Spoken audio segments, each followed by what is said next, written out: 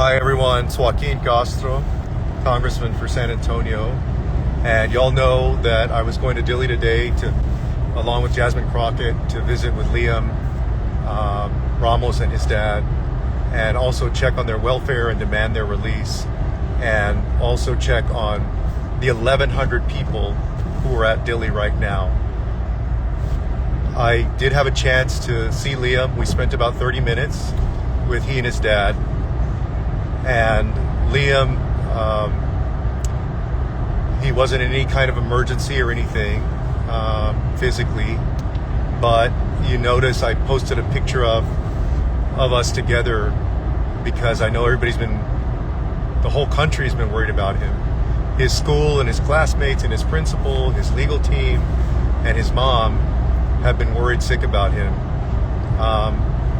I called his mom right away, right after I left Dilley, to let her know that we spoke with her husband, and of course had a chance to visit with her son. His dad said that he hasn't been himself, that he's been sleeping a lot because he's been depressed and sad. And so Liam actually was not awake during our visit. He was sleeping.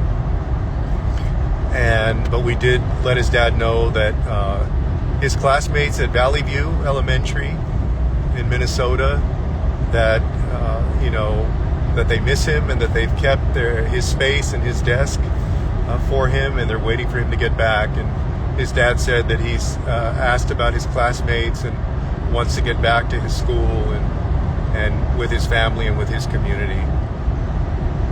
And so I am concerned about his mental state, and we spoke to many parents throughout our visit. We were there from 11 to 2:30, so a very long inspection of the facility.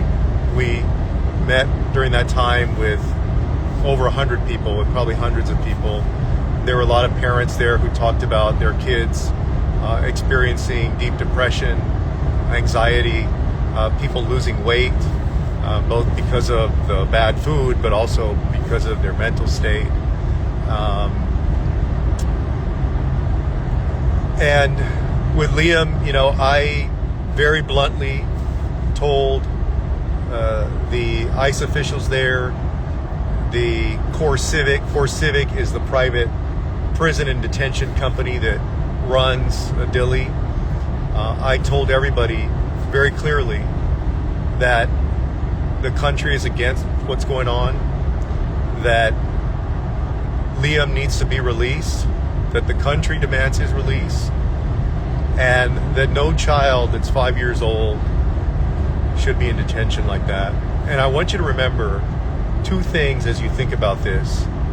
With Liam and his family specifically, they were legally allowed to come into the United States because they had applied for asylum. And people always talk about doing it the right way. This family used that CBP-1 app. That was supposed to be the orderly and efficient way. Instead of rushing the border, they said, okay, do it in an orderly and efficient way. That's what they did. And so they got an appointment that they were supposed to have in February for asylum. And instead, they get picked up, and he gets picked up in his cap and his backpack. His dad said that he's been asking about where his cap and his backpack are. So they were legally in the United States, and Donald Trump and his administration and Stephen Miller pulled the rug out from under them. And then secondly, with respect to Dilley, with all of the people in that facility, there are no criminals in Dilley. Donald Trump said this was about arresting illegal criminal aliens. That's his language. There isn't a single criminal over there. Because if you've committed a crime and they detain you with your son or your daughter, you're an adult and you have a family member, a child, they separate you from your child and send the child to what's known as an ORR facility, which is run by Health and Human Services, a totally different facility. So all those people, those 1,100 people over there, they are people who are hardworking people. They're mothers and fathers. They're laborers. They're, people working in grocery stores, just everywhere. There were a lot of people. We asked, hey, how many people came here on the CBP One app? And a lot of people raised their hands. They did it the right way. They're not criminals, and yet they're ending up there. There is a 2-month-old baby that's over there. 2-month-old baby that's in there right now. So there were many children just like Liam. And so we demand their release. They talked about all the mental health issues, medical issues, just the terrible quality of the food and what they're getting fed, the cost to buy things, all of these things, all of these issues.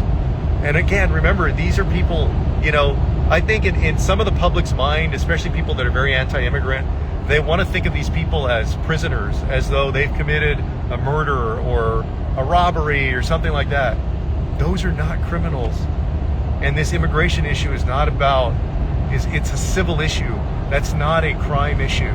And they're being treated like prisoners. They're literally being treated like prisoners. People had different problems that they were experiencing. For example, I'll just give you one example. One of the gentlemen said that whenever he has called relatives and talked about the conditions at Dilley, and it's run by Core Civic, that when he calls and talks to a sibling or something, that their number is then blocked by the company so that they can't call again. He can't call them back. So this is a monstrous machine that has been set up, and now it's being fed people who never committed a crime, people who are honest, hardworking people. I mean, you go in there and you see these kids that are, and the parents that are so broken, a lot of them, and I'm a parent. I have 3 kids, and my kids are 12, and my son's turning 10 on February 2nd, and then my daughter's 3.5. And you see these parents trying to be strong for their kids, but the hurt and the pain, and as a parent, those of you that are parents know, you're supposed to be a strong person for your kids, and this system,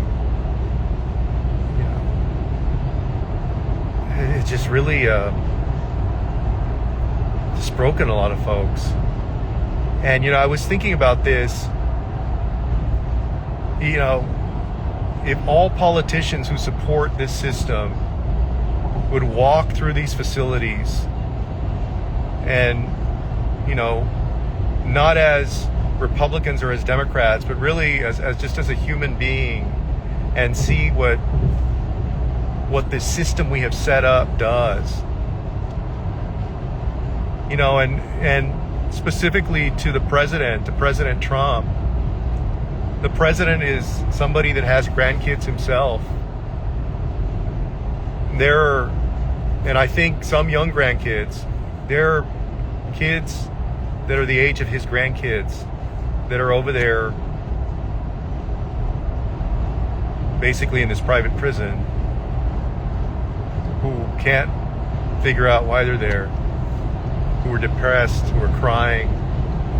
A little girl that came up to me, who was hugging my leg because she was so short, kept coming up to me and asking me and asking us to help get them out. So I hope that y'all will continue to speak up, that you'll continue to use your voice. This system has to change. And, by all accounts, it's being directed by Stephen Miller. And Stephen Miller has young kids too. And I'm sure he loves his kids. Well, there's kids that are his kids' age over there. And they didn't do anything wrong. And that kind of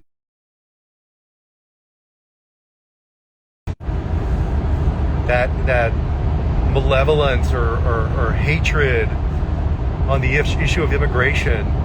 You're hurting human beings. You're hurting people. And for Stephen Miller,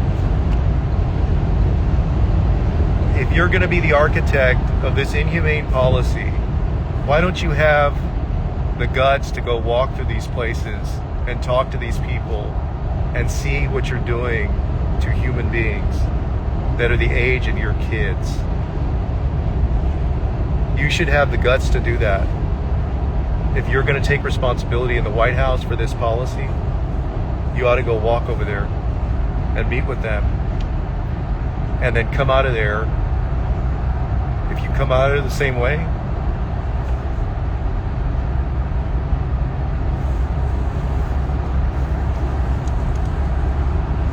we got a lot of information. We're following up on a lot of people's cases.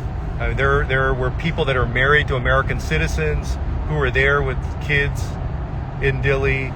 There's people with medical issues. There's people that had asylum appointments. People picked up in court like we've seen. You know, I told the ICE folks, I said, you know, it's no wonder that you got a big percentage of the country now that just wants to do away with ICE because of what's going on in the streets and because of what's going on over here. And, you know, and I was very direct with folks, you know, because I don't want to be cordial in person to people and nice and then, you know, get in front of the press or something and then, you know, say something different. So I try to be very straight with people. And I think